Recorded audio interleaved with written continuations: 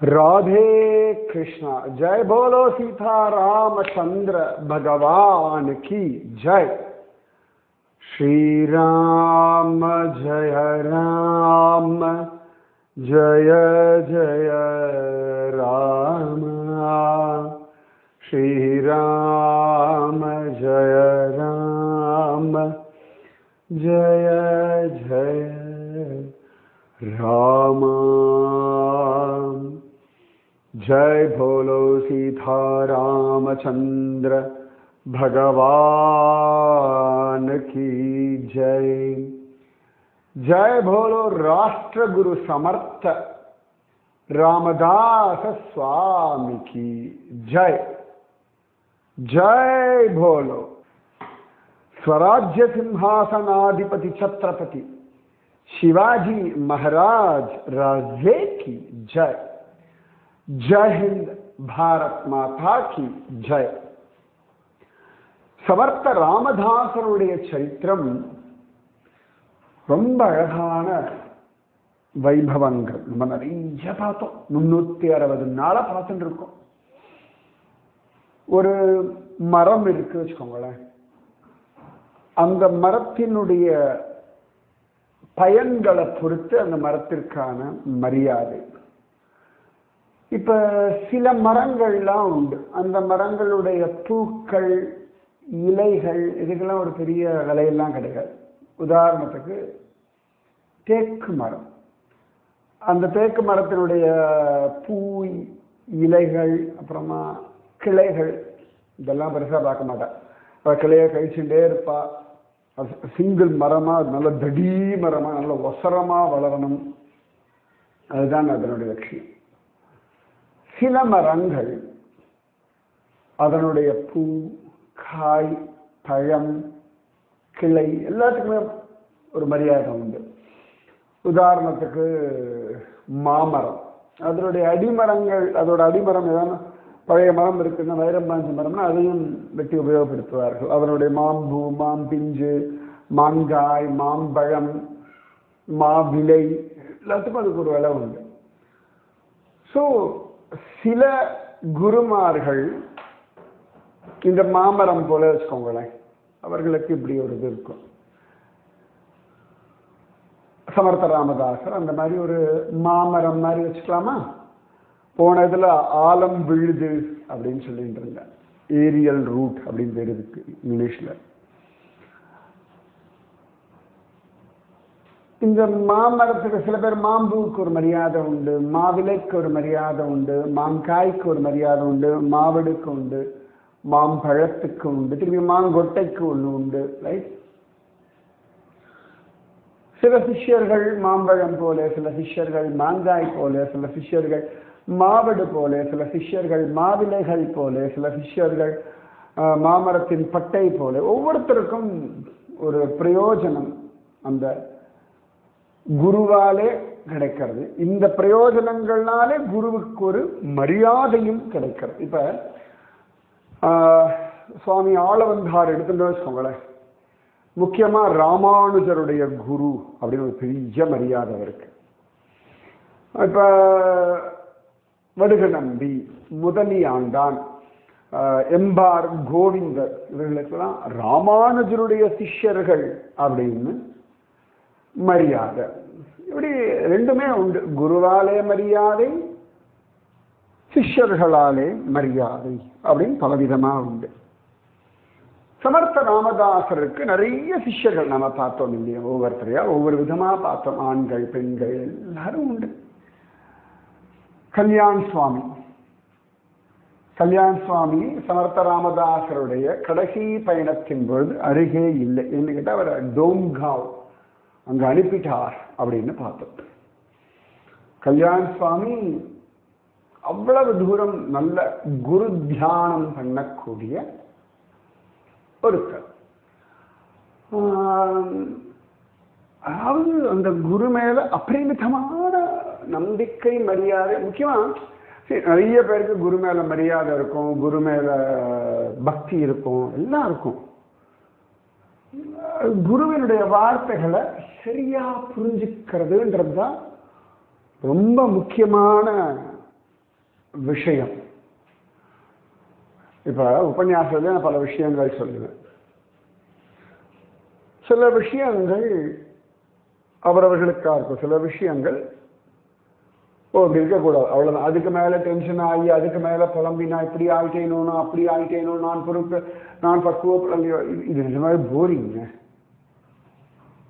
இப்படிலாம் இருக்கணுமா? சரி கத்துக்கணும். சரி, எந்த இடத்துல தப்பு பண்றோம், எந்த இடத்துல அதுக்கு மேலெல்லாம் அதுக்கு ஒரு ரொம்பலாம் ஒரு டென்ஷன் ஆனோம்னா கஷ்டம். நம்ம கல்யாண சுவாமிலாம் அப்படி கிடையாது. நான் ஏற்கனவே சொன்னேன், குரு உங்களை தங்கமா பார்க்குறார். ஸோ கான்சென்ட்ரேட் ஆன் தேவையான விஷயங்கள், குரு சொல்ற விஷயங்கள்ல கரெக்டாக கான்சென்ட்ரேட் பண்ணி விஷயத்தை சரியா புரிந்து கொள்ளக்கூடிய அந்த பக்குவம் உங்களுக்கு எல்லாத்துக்கும் வரட்டும். இதுதான் என்னுடைய ஆசை. நீங்க ஒரு மொபைல் ஃபோன் வாங்குறது, அது உங்களுக்கு உபயோகமா? அதுக்கு எல்லா ஃபீச்சர்ஸும் இருந்தாலும் உபயோகப்படுத்துறதுக்கு என்ன ஃபீச்சர்ஸ் முக்கியம்? கரெக்ட். அந்த மாதிரி ஒவ்வொரு விஷயாளுக்கும் நிறைய தனித்துவம் இருக்கலாம், ஸ்பெஷாலிட்டி இருக்கலாம். குரு நீங்கள் எந்த லெவல்ல எந்த விதத்துல எப்படி இருக்கணும் அது அது இருந்தா போதும். மற்ற எதுவுமே குருவுக்கு ஒரு பெரிய வேலையெல்லாம் கிடையாது. சரியா? அந்த பக்குவம். இப்ப சில பேர் மொபைல்ல கேமரா நல்லா இருக்கணும்னு வாங்குவேன். நான்லாம் அப்படிதான்ப்பா. நல்ல மெமரி இருக்கணும், எனக்கு அப்பதான் வீடியோலாம் எடுக்க முடியும், போட முடியும், எல்லாம் பண்ண முடியும். எனக்கு அதுதான் பிராதானியம். அதோட விலையெல்லாம் விட எனக்கு குறைஞ்ச விலையா இருந்தாலும் நல்ல கேமரா இருக்கணும், ஃபர்ஸ்ட் கிளாஸா வீடியோ எடுக்கணும் கோவில்கள்லாம். அப்ப எனக்கு சௌகரியம். 2 லட்சம் ரூபா கொடுத்தாதான் எனக்கு ஒரு சூப்பர் மொபைல் வேணும், எனக்கு அது வேண்டாம். அதுக்கு இவ்வளவு ஃபியூச்சர் இருக்கட்டும், அது இருக்கணும், எனக்கு அது அவசியம் இல்லை. என்னுடைய தேவை நல்ல கேமரா, நல்ல மெமரி கெப்பாசிட்டி, அது இருந்தா எனக்கு போதும். அந்த மாதிரி இப்போ நான் ஒரு செருப்பு வாங்குறேன்னு வச்சுக்கோங்களேன், இந்த செருப்பு ஹைடெக் செருப்பாலாம் எனக்கு வேணும் அவசியம் இல்லை. அந்த செருப்புல சிப் இருக்கணும். ஒருவேளை நான் எங்கேயாவது செருப்பை மிஸ் பண்ணிட்டேன்னா உடனே என் ஃபோன்லேருந்து ரிங் கொடுத்தா அது செருப்பில் கிளிங் கிளிங் கிளிங் கிளிங் எனக்கு கொடுக்கும். எனக்கு அதெல்லாம் அவசியமே கிடையாது. செருப்பு எனக்கு போதுண்டா, கம்ஃபர்டபுளாக இருந்தால் போதும், என் காலை கடிக்காமல் இருந்தால் போதும், நான் கொடுக்குற பைசாவுக்கு அது ஒர்த்தாக இருந்தால் எனக்கு போதும். நான் வாங்குற சட்டை கிழியவே கூடாதுன்னு எதிர்பார்க்க மாட்டேன். இவ்வளவு நாள் எனக்கு இதை கொடுத்தா இவ்வளவு நாள் இருக்கு. நான் வாங்குற வேஷ்டி எனக்கு உடம்புக்கு இதமா இருக்கா, இப்படிதானே பார்ப்போம். ரைட்? ஒரு காய்கறி வாங்குறேன்னா காய்கறி நல்லா நான் சாப்பிட்ற பக்குவத்தில் இருக்கணும், எனக்கு விலை கட்டுப்படி ஆகணும். சூப்பர் ஆர்கானிக் பெஸ்ட், ஆனால் கிலோ 500 ரூபானா நிச்சயமா நான் ஏன் வாங்க போறேன்? பரவாயில்லப்பா, எனக்கு 100 ரூபாய்க்கு ஏதோ கெமிக்கல் போட்ட காயே கொடு, பரவாயில்ல, அவ்வளோதான் எனக்கு முடியும், அதில் ஃப்ரெஷ்ஷாக நான் சாப்பிட்டுக்கிறேன், பார்த்துக்கலாம். ஸோ என்னுடைய தேவை என்னுடைய அவசியத்தை பொறுத்து ஒவ்வொன்றுத்துக்கும் ஒரு ஒரு ஒரு குறிப்பிட்ட ஒரு தகுதி நான் எதிர்பார்க்கிறேன். கரெக்டா? இதே தானே நீங்களும் எதிர்பார்க்கிறீர்கள். நம்ம வீட்டுக்கு ஒரு வேலைக்காரா வரா அப்படின்னா அப்போ அவளுக்கு என்ன தகுதி? கரெக்டாக டைமுக்கு வரணும், ஒழுங்காக வீடு வாசல்லாம் பெருக்கி நம்ம என்ன வேலை கொடுக்கமோ கரெக்டாக பண்ணணும், லீவு போடாமல் வரணும், திருட்டுத்தனம் இருக்கக்கூடாது, அப்பப்போ லீவு போடாமல் இருக்கணும், ஆன் டைம் எல்லா ஒரு குறிப்பிட்ட அளவு. அதுக்கு மேலே அவர்கள் தே ஷுட் நோ இங்கிலீஷ் அப்படின்னா ரொம்பலாம் எதிர்பார்க்க மாட்டோம். ரைட்? இப்போ ஒரு ஜட்ஜ் அப்படின்னா அதற்கான ஒரு தகுதி வேறு. ஒரு ஆட்டோ டிரைவர் இருக்காருன்னா அவருக்கான தகுதி என்ன? என்னை பத்திரமா கொண்டு போ. ஒவ்வொருத்தருக்கும் படிச்சுட்டு கூட அப்படின்னா நான் சொல்லவே இல்லை. ஆட்டோ எவ்வளவு வேணா படிச்சுக்கிட்டோம், MBAவே படிச்சுட்டு கூட ஆட்டோ ஓட்டட்டும். ஆனால் அந்த அழகான முறை, வாடிக்கையாளர்கிட்ட பழகிற முறை, இது எல்லாமே இருக்கு இல்லையா? அதனால உங்களுக்கு 1000 குவாலிஃபிகேஷன் இருக்கட்டும். குரு இதுக்கு நீங்கள் இந்த மாதிரி பண்ணால் போதும் அப்படின்பொழுது அந்த விஷயத்துல நீங்க கவனம் வைக்கணும். என் குரு என்னை எதுவாக ஆக்குவதற்கு பண்ணிட்டு இருக்கார். இதுதான் நீங்க குரு கிட்ட இருந்து புரிஞ்சுக்க வேண்டிய விஷயம். என் குரு என்ன கிருஷ்ண கோபி ஆக்குறாரா? சரி, அப்ப கிருஷ்ண கோபிகைகளுடைய லட்சணங்கள் கிருஷ்ணானுபவத்திற்காக என்ன தயார் பண்றார். அப்போ அந்த லெவல், அது ஒரு லெவல் ஆச்சா. சில பேருக்கு அந்த யசோதா பாவம் இல்லாட்டி நந்த கோபருடைய பாவம், அவளுக்கு ட்ரைனிங் இல்லாட்டி அவர்களுக்கான பக்குவத்தை ஒரு வாத்சல்யத்தோட அப்படிதான் அவர்களுக்கான விஷயங்களை கொடுத்து ட்ரெயின் பண்ணுவார். சில பேருக்கு கிருஷ்ணனுடைய சகாவா இருக்கணும் அப்படின்னு ஆசை. அவன் சகாலையும் குச்சேலன் சுதாமா ஒரு விதமான சகா, அர்ஜுனன் ஒரு விதமான சகா, கோப குழந்தைகள் ஒரு விதமான சகா. இதுல உங்களை பார்த்து உங்களுடைய எல்லாத்தையும் பார்ப்பா, எமோஷன்ஸ் எல்லாம் பார்த்து இதுல இந்த மாதிரி இவ டிராவல் பண்ணா சக்சஸ் ஆவா. இப்ப ஒண்ணும் வேண்டாம், நிறைய நாடுகள்லாம் இந்த ஒலிம்பிக்ல மெடல் வாங்கிறது, ஏசியாவில் மெடல் வாங்கிறதுன்னு அதுக்கு முயற்சி பண்ணுவா இல்லையா. எதுலெல்லாம் அவர்களுக்கு எங்கெல்லாம் இவர்கள் மெடல் லிஸ்ட்ல கம்மியா இருக்கா, இது ஒரு ஸ்ட்ராட்டஜி எடுப்பா. எடுத்து இவர்களுக்கு எந்த விதமான ட்ரைனிங் கொடுக்கணும் ஒண்ணு, இல்லாட்டி இந்த விளையாட்டுக்கு எப்படிப்பட்டதான மனோபலம் உடல் பலம் இதெல்லாம் வேணும் அப்படின்னு பார்ப்பான். அந்த பாயிண்ட் பண்ணி அதுல செலக்ட் பண்ணி எடுத்து அவர்களுக்கு அந்த ட்ரைனிங் கொடுத்து அப்ப கடகடன் கோல்டு இதெல்லாம் வரும். தங்க மெடல், வெள்ளி மெடல், வெண்கல மெடல் எல்லாம் கிடைக்கும். So second of training right.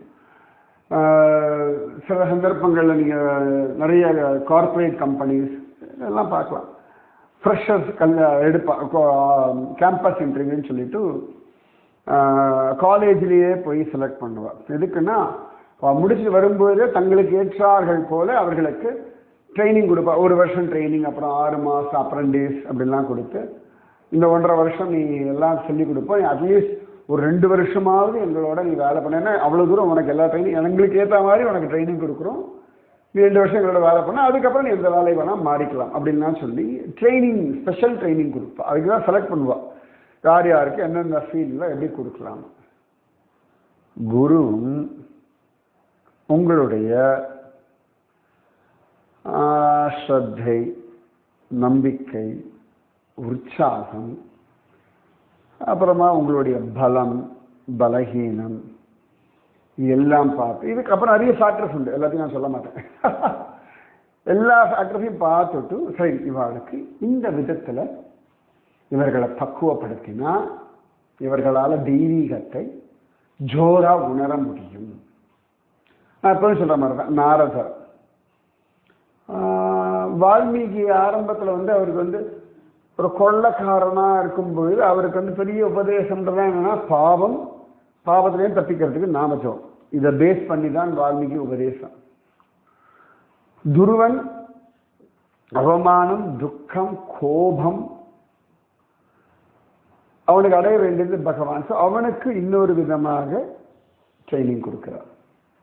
Prahladan கர்ப்பத்தில் இருக்கான், சுற்றி வர விரோதம், இதுக்கு நடுவில் அவன் ஜீவிக்கணும். ஸோ அவனுக்கு அந்த ஒரு மைண்ட் செட், அந்த ஒரு வில் பவரை கொடுக்கிறார். இந்திரனையும் ஜெயிக்கணும், உங்க அப்பனையும் ஜெயிக்கணும் நீ அப்படின்னு. வேதவியாசர் வேதத்தை பிரிச்சவர், மகாபாரதம் எழுதினவர். அவருக்கு இன்னும் அடுத்த லெவல்ல சொல்லணும் பொழுது ஸ்ரீமத் பாகவதம் எழுது அப்படின்னு சொல்றார். பார்த்துக்கோங்க. ஸோ உங்கள் குரு உங்களுக்கான விஷயங்கள் ஆலோசனை பண்ணி உங்களுக்கான பிரத்யேக வழியை காட்டுகிறார்கள். பிரத்யேக வழி, எக்ஸ்க்ளூசிவ் வழி. நீங்க 100ல் 1 கோடியில் 1 உங்களை போக சொல்லல. You are unique, you go in this way. எவ்வளவு எஃபர்ட்ஸ் இருக்கணும், எவ்வளவு சின்சியாரிட்டி இருக்கணும் குருவுக்கு. ஸ்ரத்தை, முயற்சி, அதற்கான நேரம், அதற்கான பிளானிங். டைம் கொடுக்கணும், பிளான் பண்ணணும், எஃபர்ட்ஸ் போடணும், சின்சியாரிட்டி இருக்கணும். அப்புறம் அதுக்கு திருப்பி ஃபாலோ பண்ணணும் இல்லையா ஒவ்வொரு விஷயம். இது என்ன அப்படி ஒரு தடவை சொல்லியாச பர்ஃபெக்ட், இனி நோ மோர் இல்லாட்டி ஒரு கைடன்ஸ் அப்படின்லாம் கிடையாது. ஃபாலோ பண்ணிட்டு இருப்பா, நேரடியாகவோ ஏதோ ஒரு விதத்தில் ஃபாலோ பண்ணிகிட்டே இருப்பா. சமர்த்த ராமதாசர் சத்ரபதி சிவாஜி எவ்வளோ ஃபாலோ பண்ணுறார், இவன் எப்படி இருக்கான், என்ன பண்ணிட்டு இருக்கான். ஸோ இதை புரிஞ்சுக்கணும் நீங்கள். அதுக்காக தான் சொல்றது குரு இட்ட வழக்கு. ஒரு தங்கத்தை ஒரு பொற்கொல்லன், ஒரு கோல்ட் ஸ்மித், அது என்ன ஆபரணமோ அதற்கு தகுந்தாற் போல அதுக்கான பக்குவத்தை கொடுத்தார். ஒரு வளையல் அப்படின்னா அதனுடைய பக்குவம் வேறு, செயின் அப்படின்னு வரும்போது பக்குவம் வேறு. காதில் போட்டுக்கிற தோடு, மூக்கரோட மூக்குத்தி, கையில் மோதிரமும் ரவுண்டு, விரலில் மோதிரம், அப்புறம் கையில் போடுற வளையல் ரவுண்டு. ஆனால் சைஸ் கரெக்ட். வைரம் பதிக்கிறோம்னா ஒரு விதம், பல விதம் உண்டு இல்லை. அப்போ நீங்கள் எல்லாருமே தங்கங்கள் தான். என் சொல்ல என்னருமை தங்கங்களே, சரணகூட தங்கமே அப்படின்னு நிஜமாவே கிண்டலுக்காக சொல்ற வார்த்தை இல்லை, தங்கமே நிஜமாவே. நான் பார்க்குற ஒவ்வொருத்தருமே என் சிஷ்யர்கள் எல்லாமே தங்கம் தான், நான் கேரண்டி கொடுக்குறேன்ப்பா. நான் சிஷ்யாலா ஏத்துருக்கிறதா. ராதே கிருஷ்ணா, தங்கமே அப்படின்னு நிஜமாவே தங்கம். இந்த தங்கத்தை பகவானுடைய ஆபரணமா எப்படி மாத்துறது, இதுதான் வேலையே. ரசிங்க சமயம் டே நல்லவனே அப்படின்னு ரெண்டு அர்த்தம் உண்டு. நல்லவனா ஆகணும்னு அர்த்தம், நல்லவனால எப்படி இருக்கும்னு அர்த்தம். பேசிக்கா நல்லவன் தான், ரொம்ப நல்லவன் தான், ஆனா கொஞ்சம் ஃபைன் டியூனிங் பண்ணணும், அப்படி பல அர்த்தங்கள் உண்டு. ஸோ குரு திரும்பி நான் சொல்றேன், இதுல குரு தனக்காக உங்களை தயார் செய்யவில்லை, உங்களுக்காக உங்களை தயார் பண்றார். புரியுதா?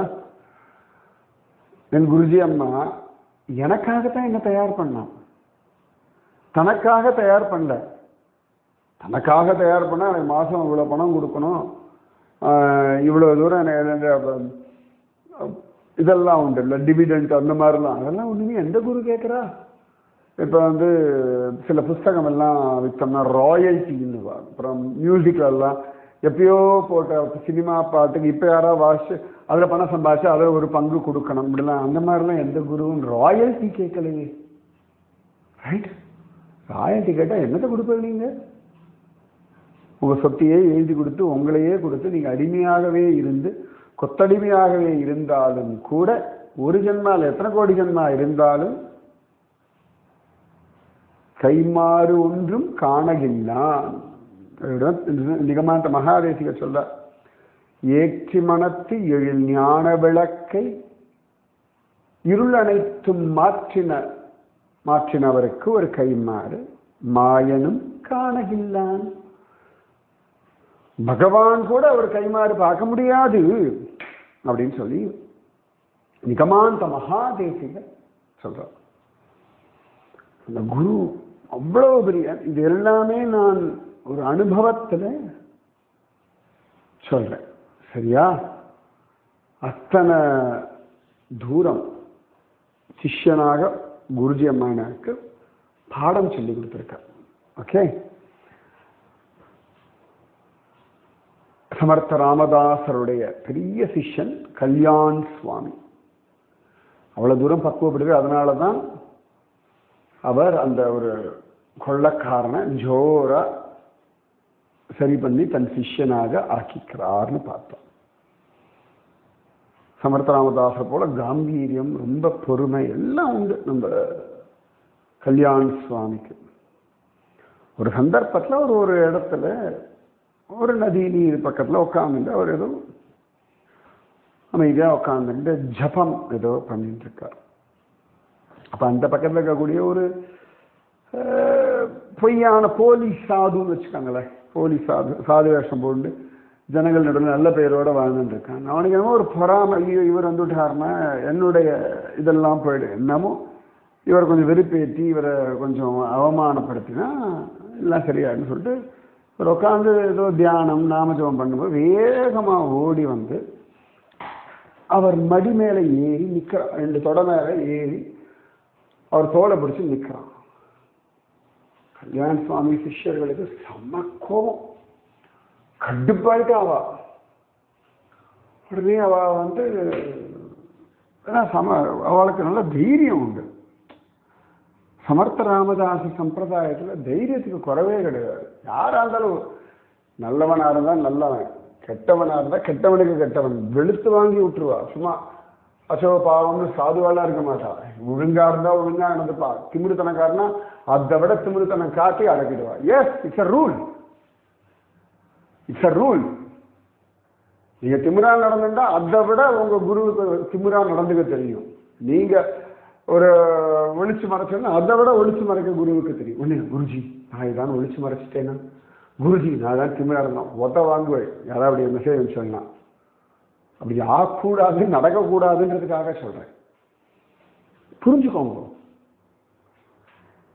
குருவுக்கள் முடியும். ஒரு குட்டிக்கு வந்து ரொம்ப கத்தி அட்டகாசம் அப்பா அம்மா என்னடா என்ன பயப்படு அப்படி கத்து கத்துவோம். அப்போ அடங்குவோம். ரைட். It's method. கல்யாண சுவாமி அடிச்சு வேகமாக வரும்போது கல்யாண சுவாமி டக்குன்னு யாரும் ஒன்றும் அவன் பக்கத்தில் வரப்படாது, விட்டுருங்க அப்படின்ட்டார். சாது பார்த்து சிரிச்சா. ஜபம் கெட்டு போயிடுது. ஜபம் கெட்டு போகிறதுன்னு இல்லை, சில சந்தர்ப்பங்களில் எது பிராதான்யம் அப்படின்னு உண்டு.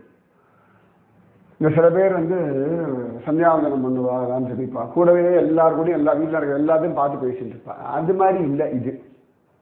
நான் சில சிஷ்யாலையும் திட்டுவேன், என்ன பண்ணிட்டு ஊழ்கால் ஜபிக்கிறவங்க எங்கேயுமே கவனம் அப்படின்னு திட்டுவேன். நான் குருஜிமாയിട്ട് வாங்கியிருக்கேன். அது எதில் கவனமோ அதில் பூரணமாக இருக்கும். இது எக்ஸ்ட்ராடினரி கேஸ். ஓகே. ஸோ கல்யாணம் வாங்கிட்டு அவருக்கு ஒன்றுமே தெரியாது. கழுத்தில் கத்தி வச்சா கூட அவருக்கு தெரியாது. சம்பிரதாயத்துக்கு ஒரு கெட்ட பேர் தான் அமைதியாக நின்று நான் பார்த்துக்கிறேன். எனக்கு ஒன்றும் கனமே தெரியலை. ஒரு பெரிய மாமரத்தில் ஒரு கிளையில் ஒரு பறவை உட்கார்ந்தால் மாமரத்துக்கு தெரியுமான்னு, இல்லை ஒரு எறும்பு இருந்தால் தெரியுமான்னு, வெளிக்குமான்னு இல்லை. அதில் ஸ்ட்ராங். யோகிராஜ் கல்யாண் சுவாமி அப்படிதான் அவரை சொல்லுவார். செம்ம ஸ்ட்ராங்கான ஆள். அது பிசிக்கலி, மென்டலி, எமோஷனலி செம்ம ஸ்ட்ராங் அவர். எத்தனை திருப்பி திரும்ப உங்கள்கிட்ட எதிர்பார்க்குறேன். ஃபிசிக்கலி, எமோஷனலி, மென்டலி, எக்ஸ்ட்ராவும் நான் சொல்லுவேன் ஃபைனான்சியலி ஸ்ட்ராங்காக இருங்கோ. இந்த 4மே நீங்கள் ஸ்ட்ராங்காக இருக்கணும். எல்லா காலத்திலையும், எந்த சமயத்திலையும், எந்த இடத்துலையும், எந்த நிலைமையிலையும். எஸ், ஒரு ஆசீர்வாதமாக வச்சுக்கோங்க. நீங்கள் மென்டலி, எமோஷனலி, பிசிக்கலி, ஃபைனான்சியலி எப்பொழுதும் ஸ்ட்ராங்காக இருப்பதற்கு பகவான் உங்களுக்கு அருள் புரியட்டும். ஆசீர்வாதங்கள். கிருஷ்ணா கல்யாண சுவாமி மாதிரி ஆகும். அதாவது விஷாலா அசந்த பிறகு இவருக்கு தொடர் மேலே இருந்தால் எவ்வளோ நேரம் தாங்க முடியும்? அவருக்கு அவர் பாட்டுக்கு தலையை பிடிச்சி நிற்கிறான். அவர் வாடு திரும்பி அவர் வாடு ஜெபிச்சுட்டு இருக்கார். அது அவன் வந்து நிற்கிறானே ஒரு பொருட்டே இல்லை. அது எவ்வளோ ஒரு அசிங்கம் இல்லை. கத்தி ஆர்ப்பாட்டம் பண்ணால் அதான் அவனுக்கு வேணும். ஆனால் நம்ம சாந்தி பிரம்மம் சந்த் ஏக்நாத் மகாராஜ் போல நம்ம சமர்த்த ராமதாஸ் ரொம்ப பிடிச்சிருவார். சாந்தி பிரம்மம் சந்த் ஏக்நாத் மகாராஜ் சமர்த்த ராமதாஸ் பக்கத்தில் தானே, ஊர் பக்கத்தில் தானே. அதெல்லாம் ரியஸா இவரெல்லாம் ரொம்ப சாந்தியோடு இருப்பார். கொஞ்ச நாள் நின்று பார்க்குறான். ஃபிஷ்ஷாலாம் அமைதியாக அவன் வேலையை பார்க்கறதுக்கா.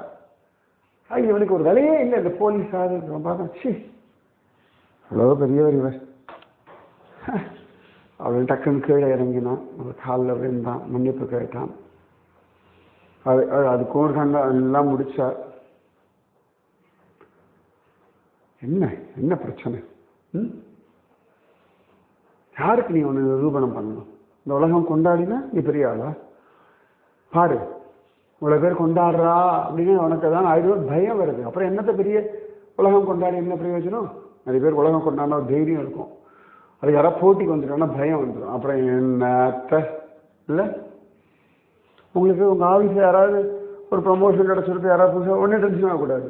அதில் என்ன பெரிய டென்ஷன்? ஐ எம் செக்யூர்டுன்னு இருக்கணும். எல்லாத்துக்கும் பயம், எப்போ பார்த்தாலும் ஒரு இன்செக்யூர்டு ஃபீலிங் இருக்குன்னு. ஒரு நாள் என்னத்துக்கு எங்கே இருந்தாலும் ஆனந்தமாக இருக்க வேண்டாம். நான் ஒருத்தன் நீ உட்காந்து தியானம் பண்ணதுக்கு உனக்கு இவ்வளவு டென்ஷன். அப்புறம் என்ன நீ மனசில் வளர்ந்துருக்கா? என்ன மனசில் ஒரு நிம்மதி இருக்கு? என்ன மனசில் ஒரு சுகம் இருக்கு? இந்த ஒவ்வொருத்தரையும் துரத்தி விட்டுட்டு நீ என்ன பண்ண போறாய்? அப்ப உன்னை விட ஒருத்தன் பலசாலியான்னு ஒன்று துரத்த மாட்டானா? புரிஞ்சுக்கோன்னு அழுதுட்டான் அந்த போலீஸ். அது காலில் விழுந்தான், மன்னிப்பு கேட்டான்.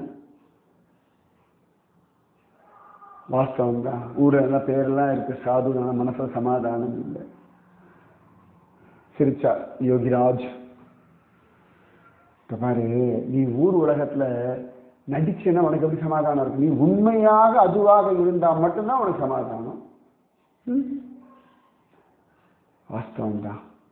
நான் வெளியில என்னை பத்தி மற்றவர்களுக்கு காட்டுறது வேற, ஆனால் என் உள்ளத்துக்குள்ள ஒரு தைரியம் இல்லை. முதல்ல உள்ளுக்குள்ளேருந்து தைரியமாகும், உள்ளுக்குள்ளேருந்து பலமாகும், உள்ளுக்குள்ளே நம்பிக்கையோட, உள்ளுக்குள்ள சந்தோஷமாகும்.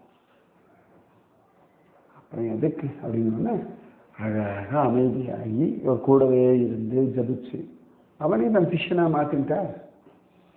சமர்த்த ராமதாசர் போலவே ஒரு யோகி ராஜ். சூப்பர்ல.